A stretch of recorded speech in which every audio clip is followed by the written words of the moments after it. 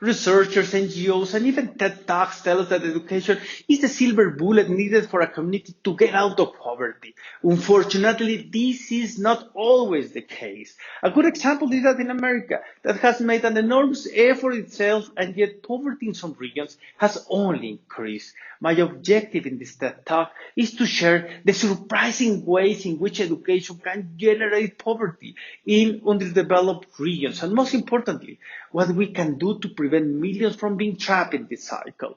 Is education ineffective, or is poverty a curse that can be reversed? I am Jose Luis Romo, son of indigenous parents, a native of Hidalgo, one of the poorest states in Mexico. I decided to study economics at the age of 13 to eradicate poverty in my home state. This led me to study policy at Harvard, where my thesis proposed an agenda for the development of Hidalgo. 13 years ago, I stood before Harvard colleagues and professors and discussed the results of a mind-blowing mathematical model. It predicted that in places of high poverty like Hidalgo, increasing education would generate less employment and lower wages. These results were opposed to what theory usually tells us.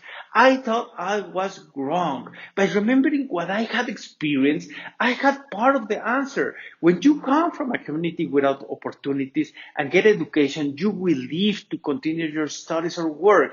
Thus, members with most educational deficiencies remain in the community, making development more difficult. In other words, unintentionally, we create a poverty trap for them. 10 years on, after working as responsible of the public policy development in Hidalgo, I can tell you that my model was correct, and we as individuals might prevent this from happening. Accepting this talk, we will contribute to the eradication of poverty. Education is the key, just not in the way we originally thought.